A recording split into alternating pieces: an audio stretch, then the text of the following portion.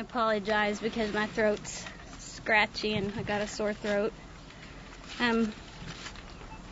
Is everybody ready? Okay. I read this because I don't want to forget anything. I want to give a complete, very detailed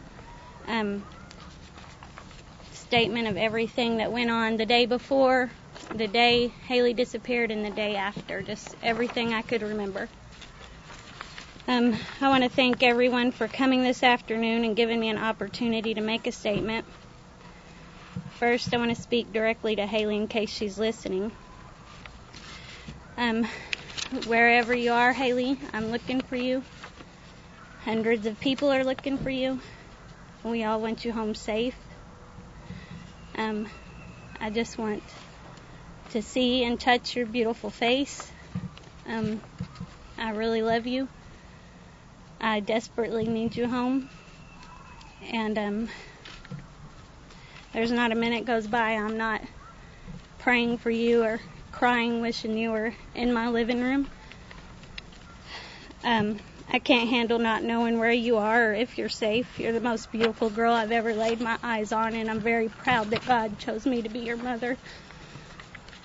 Next, I want to say if someone out there has Hailey, please let her go. Just turn her loose, drop her off at a church, a school, police station, anywhere that she can get to a phone and call police or call her family. Even if anyone who has any information on Hailey's whereabouts, where she might be, please call the police. Even if they think the information is not relevant or too small to worry about, or that it's already been reported, please call it in anyway. Any information you might have may tie something together or make something click for investigators. Someone out there knows where Hailey is or knows something that can help find her. I feel like I need to go over the days surrounding Hailey's disappearance again for several reasons. Many people who are not close to the case seem to be confused because there are so many conflicting accounts of what actually happened. After watching many of the interviews, I'm beginning to see why myself. I have yet to see an entire interview aired or printed. They are cut or pasted, edited for time and space, and often I'm not quoted in correct context. My words are sometimes picked apart and twisted around in such a way that I don't even recognize them. I've been flat out called a liar by some people. Others speculate on my possible involvement in Hailey's disappearance or wonder if I'm covering up for somebody. Some people accuse me of withholding information and not cooperating with law enforcement. These things are not true, but I now feel that I have to defend myself from ridiculous accusations, slander, or defamation of character. That said, I want to start out by saying that there was no blowout on Christmas. There were no arguments or disagreements. Everyone was getting along fine. Everyone pretty much got exactly what they asked for. On Sunday, December 26th, Hailey returned home around noon after spending the night with Clint. I cooked a small Christmas dinner for the four of us, and we ate around 2. After dinner, we all just relaxed and hung out. It was just a nice, quiet, enjoyable, lazy day. Later in that evening, around 8 or 9, David left to spend the night with a friend. That's where some of the inconsistencies with family comes along. David says he left at 9 o'clock at night. I was saying he left at 6 or 7. That's the inconsistencies. Sean and I were watching TV in our bedroom. Hailey was playing an Xbox game in David's bedroom. Around 10 o'clock, I saw that Hailey was in her room watching TV. I told her good night, and then I went to bed. On Monday, December 27th, Sean left the house at 5:30. My alarm was going off around the time he was telling me bye.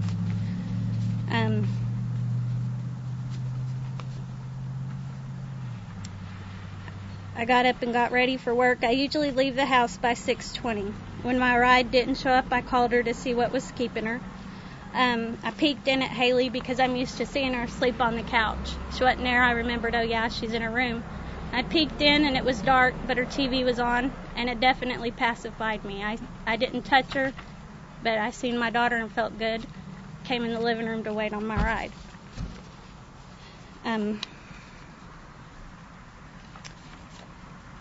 I left the house around 6:30 and got to work about 7. Sean called me while I was at work that afternoon. I asked him about the kids. He told me that David wasn't home yet and that Hailey had left to go to Clint's and then was going to a friend's to spend the night. Normally I work 7 to 7, but I left work early that Monday. We had a staff meeting, and the person that was usually there to relieve me was at the meeting and offered to cover the rest of my shift since she was already there. I called Sean to make sure he would be there to pick me up. We left the hospital about 6:15. We stopped by the ATM close to the hospital to get some money out because I was running short on cash. Then we went by my mom's house to check on her, see if she needed anything. Sean and I still got back to Colorado City about 7:30 that evening, and we were probably in bed by 9.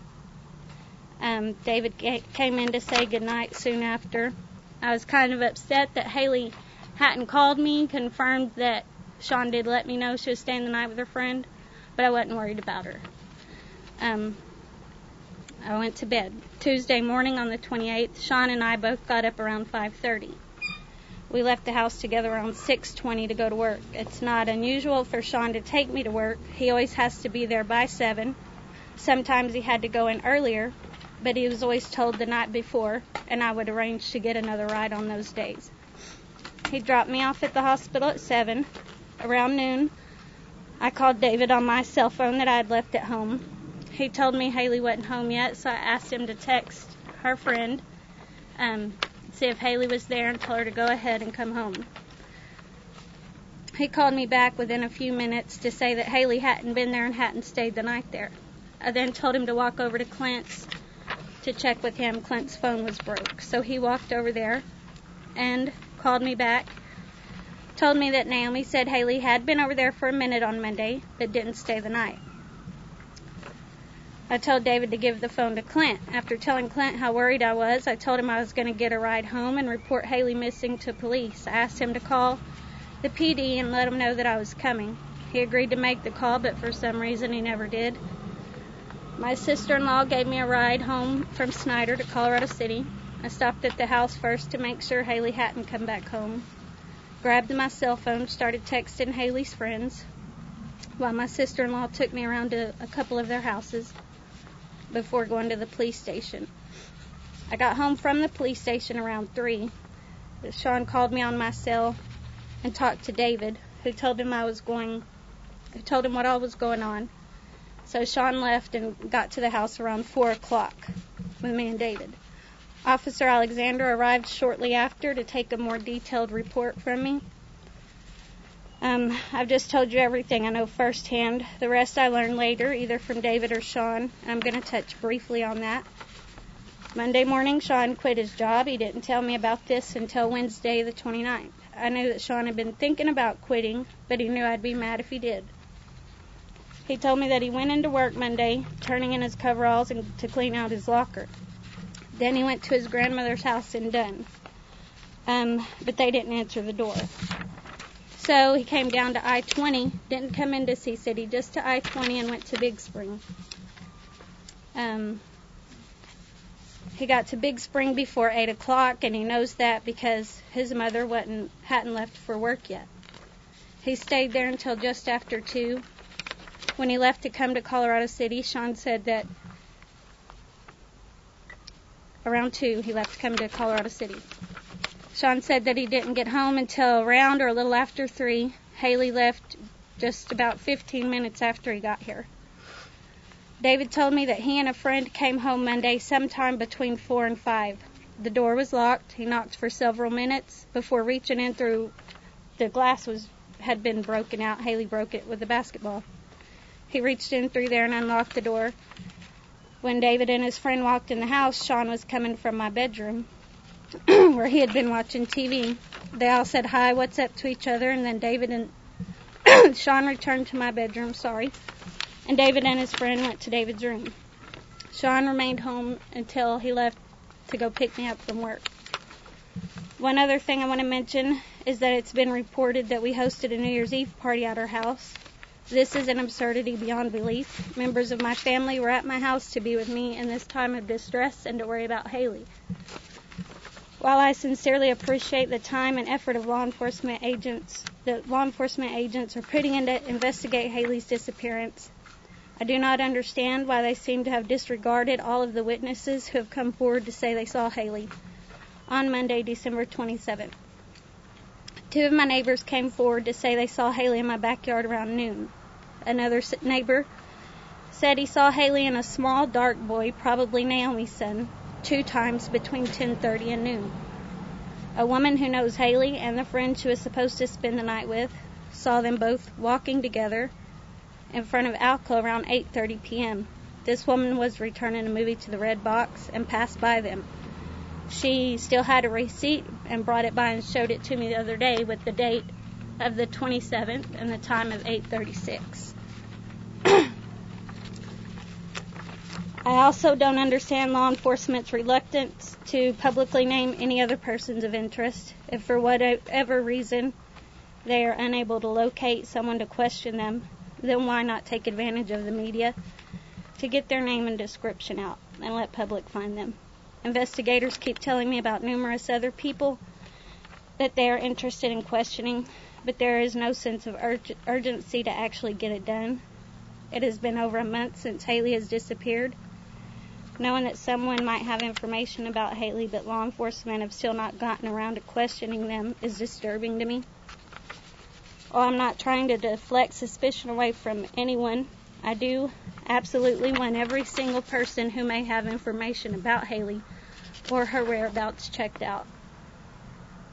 In my mind, not to have already done this is negligence. It's been over a month and we seem no closer to knowing where Hailey is than we did in the beginning. She needs to be found, to come home, to be surrounded by everyone who loves her. I want to take this opportunity to thank my family and friends who continue to stand by and support me unconditionally and are always there for me. I want to thank Mark Class and Brad Dennis, who are both great guys that are willing to do whatever it takes to find Hailey, for continuing to stay in contact with me and offer their help. Thank you to the Laura Recovery Center, who came down and organized searches and trained volunteers. Thank you to all of the people who have searched for Hailey, to everyone who is praying for Hailey's safe return, and everyone who has brought me everything from cooked meals to groceries to Find Hailey t-shirts and handmade cards. Thank you to Dina with the Summer Thompson Foundation, who awarded me a grant. Thanks to the media who are keeping Hailey's picture on TV and in the newspapers so that she is in the front of everyone's mind. Although for money, I greatly appreciate those who have found it in their hearts to want to help me. What I want most are your prayers for Hailey's safe return. There are some people who are going around demanding or begging for money. I'm disgusted that these individuals who have never held down jobs are exploiting Hailey to get a handout. I've always worked and supported my kids by myself, and I will return to work as soon as I'm able. Sorry. I do not want a handout, and if anyone asks for money on my behalf, please know the request isn't coming from me and I'm not getting the money. I do hope this will lay to rest the confusion and speculation surrounding Hailey's disappearance, on my part anyway. I do not want to have to defend myself or anyone else. I only want to concentrate on Hailey and everything that can be done to bring her back home. I will continue to hold on to the hope that Hailey is alive and that she will be home soon. I ask that everyone out there also hold on to the hope that she is alive. Please continue to look for Hailey when you're in a store, when you're driving down the street, wherever you go. Whatever you do, please don't give up hope that my daughter Hailey is alive and out there somewhere. And thank you to everybody that came out and everybody that can get all of that aired or typed up. I just really appreciate all of you guys coming out and giving me the opportunity to clear that up. Billie, I know you're trying to squash rumors. What is your and Sean's relationship now? There's rumors going around about that. We're friendly. We talk on the phone. But I'm not going to take any questions just because I don't want my statement cut into. I'll do interviews again tomorrow and every day, all day. Okay. Thank you. Thank you. Thank you.